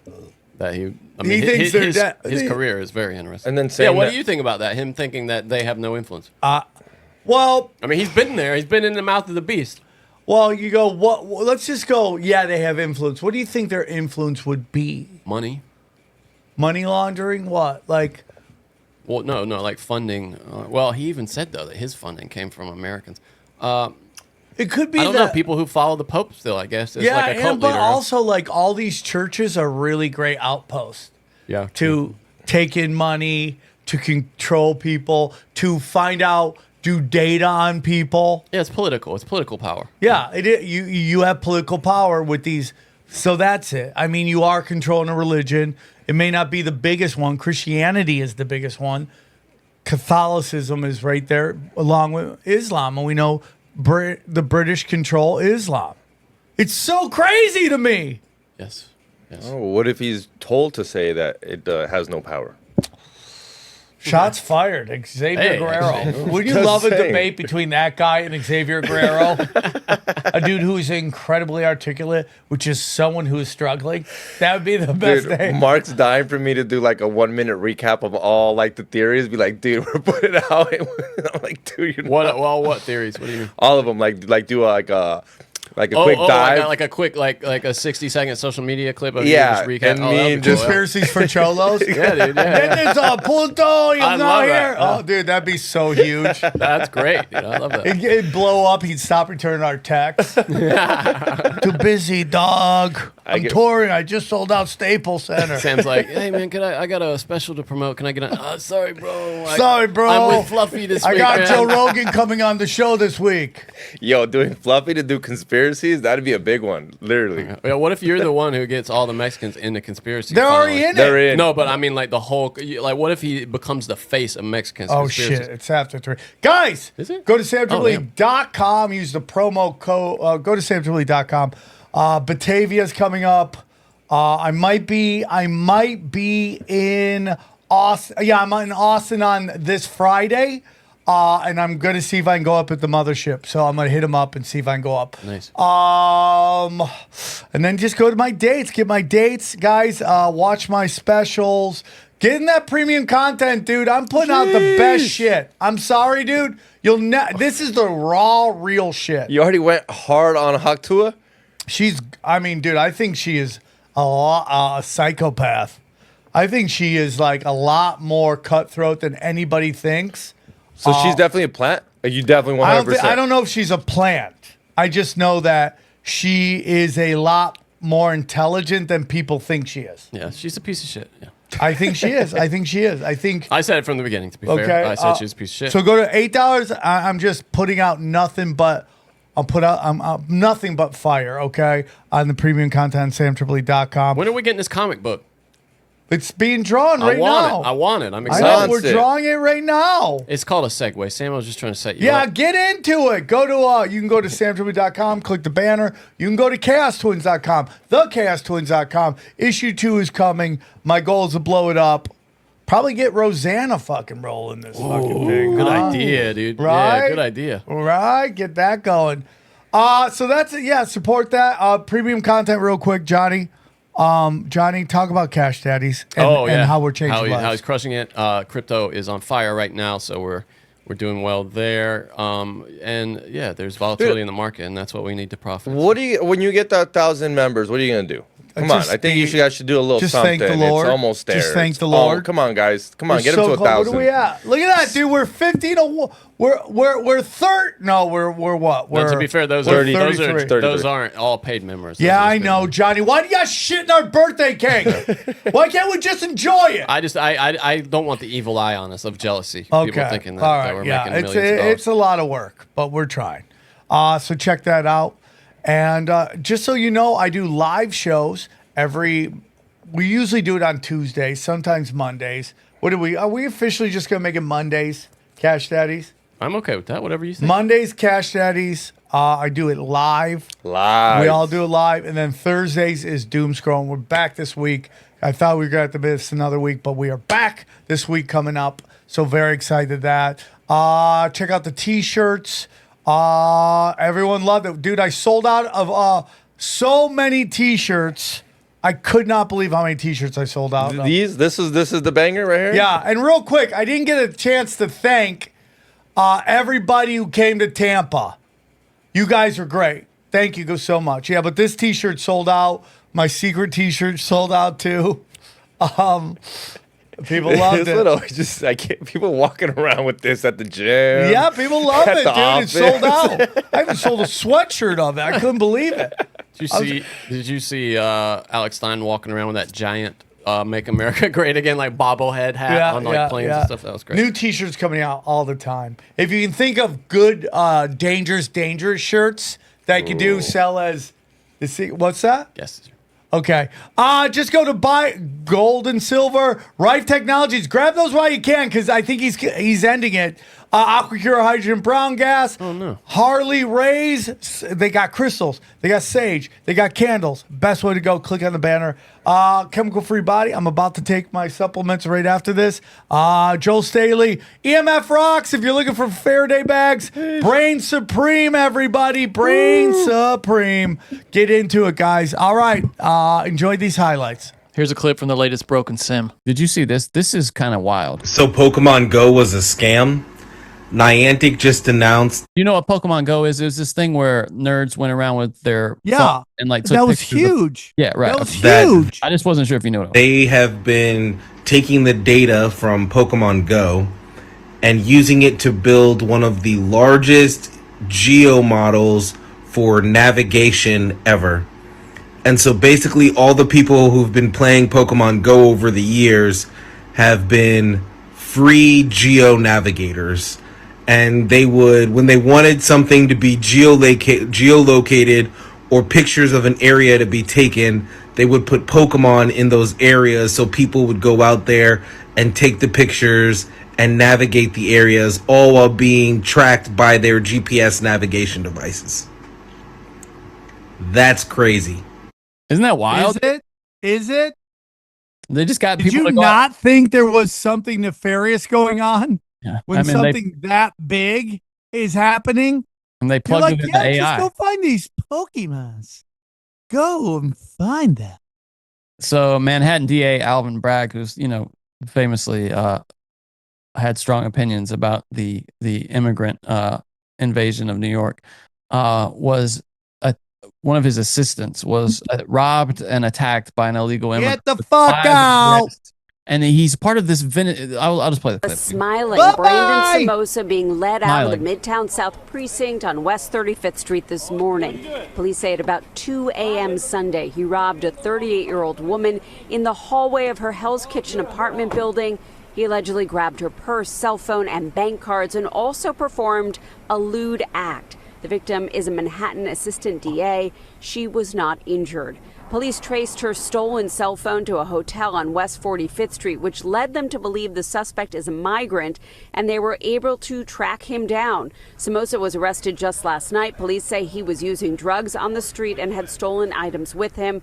Police believe he is part of Tren de Aragua. That's the Venezuelan gang that has preyed on people in Times Square and Central Park. So, dude, we got these. They're like just full ass gangs in New York now that were running these scams in Venezuela. Now they're just doing them in New York City in broad daylight. The progressives have had their chance. Okay, they had their chance. It just got to stop. It's done. Your way doesn't work. You want to believe in idealism and that everything is racism, so you get rid of it and you give them chance. They're just going to abuse the system. Time to go. And if Venezuela won't take these back, let's long-range missile those motherfuckers, okay? Take back your scumbags. It was a fun run. You had a good time with no crime. Take back your scumbags. This is what's going to kick off the immigration riots. This is what's going to kick it off. Well, yeah, you've been predicting those. Now, the president of Mexico, the Jewish lady, I say that not implying anything there. Well, because it's Mexico. You're like, why is a Jew running Mexico? Yeah, it's just weird. Yeah. She wrote not an open letter, but a letter to President Trump that she published today. I'm just going to read the news story here. It's pretty interesting. She addresses tariffs and immigration. Mexican President Claudia Sheinbaum on Tuesday. Classic Mexican name, right? Claudia Sheinbaum. So Mexican. Like a whole country of Catholics all voted for a Jew. Gotcha. Yeah. She warned U.S. President Donald Trump, or U.S. President-elect Donald Trump, of the dire economic consequences for both countries from tariffs and suggested possible retaliation following his threat from across-the-border tariffs of 25% on Mexico and Canada. She said this: one tariff will follow another in response, and so on, until we put our common businesses at risk. Yep. Bye, bitch. Bye, Felicia. Okay. Do you guys know that the U.S. military made deals with countries that if they allowed them to put military bases in their country, they could tariff American goods? Suck my dick, okay? Suck my dick. All right. Oh, my God, goods are going to be excited. How did anyone before NAFTA afford food and clothing and housing and 2 cars and send their kids to college off of one income? How did that happen? Suck my dick. Bye-bye. What sense is there, she said, in escalating cross-border tariffs? Sheinbaum added, underscoring that they would hit particularly hard U.S. car makers with plants in Mexico, such as General Motors and Ford. Mexico's That's the automotive point, industry. you dummy. That's the point. Is to move them back here. That's the point. To make it to make it just as expensive to do it there as it is here. I'm sorry, everybody, but I'm over it. I'm tired of going to these small ass towns in the middle of nowhere and nobody's got money and no one's got jobs because there's no manufacturing, right? I am right now. Yeah. This place was dead. Bye, There are bitch! abandoned factories everywhere around where I live. Bye, bitch! Tariffs could violate the United States Mexico Canada agreement, a trade deal. Yep, that's got to go too. Bye bye, the Amero. Bye bye, Amero. She added Ciao, that ciao. her administration had shown Mexico's willingness to help fight the fentanyl epidemic in the U.S. Which you're not doing. You're allowing your cartels. You don't run anything. The cartels run everything. It's time to go curb stomp people. She also said that all the guns from gun violence are coming from America, basically. Yep, that's true. Coming from the CIA. That's 100% true.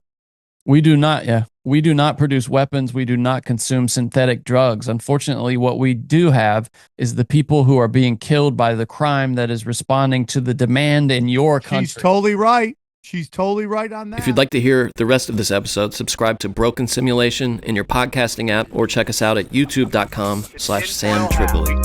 We go deep, homeboy. Aaron, open your mind.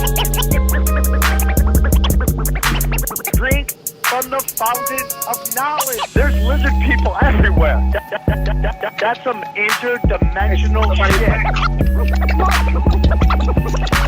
Wake up, Aaron. This is only the beginning. Dude, you just blew my mind. Tinfoil hack, tinfoil hack, tinfoil hack.